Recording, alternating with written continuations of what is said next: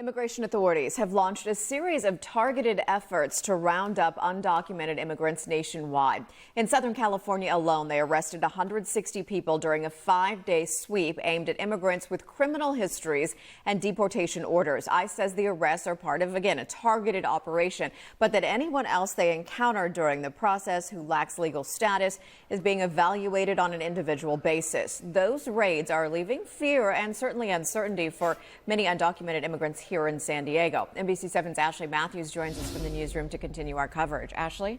Catherine, none of those 160 arrests happened here in San Diego, but it still raises concerns for local migrants and undocumented immigrants. Many seeking help from local advocacy groups moments after the presidential election, wanting to know their rights. Still, some think deportations need to be respected and enforced even more so here in California. Roger Ogden has called San Diego home for more than 30 years, always standing true to his stance on immigration and deportation.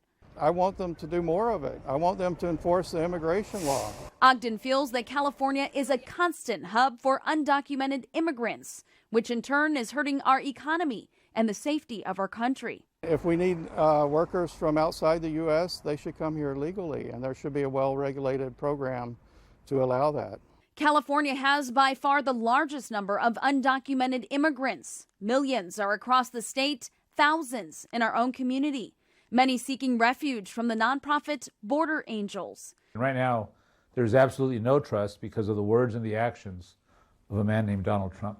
Founder Enrique Morones says since the November election, there's been a drastic increase in migrants wanting to know what their fate may hold. We're telling people to be very careful, to be prepared, to have documents. Border Angels offers legal advice and these Know Your Rights cards to help answer questions during this uncertain time for many.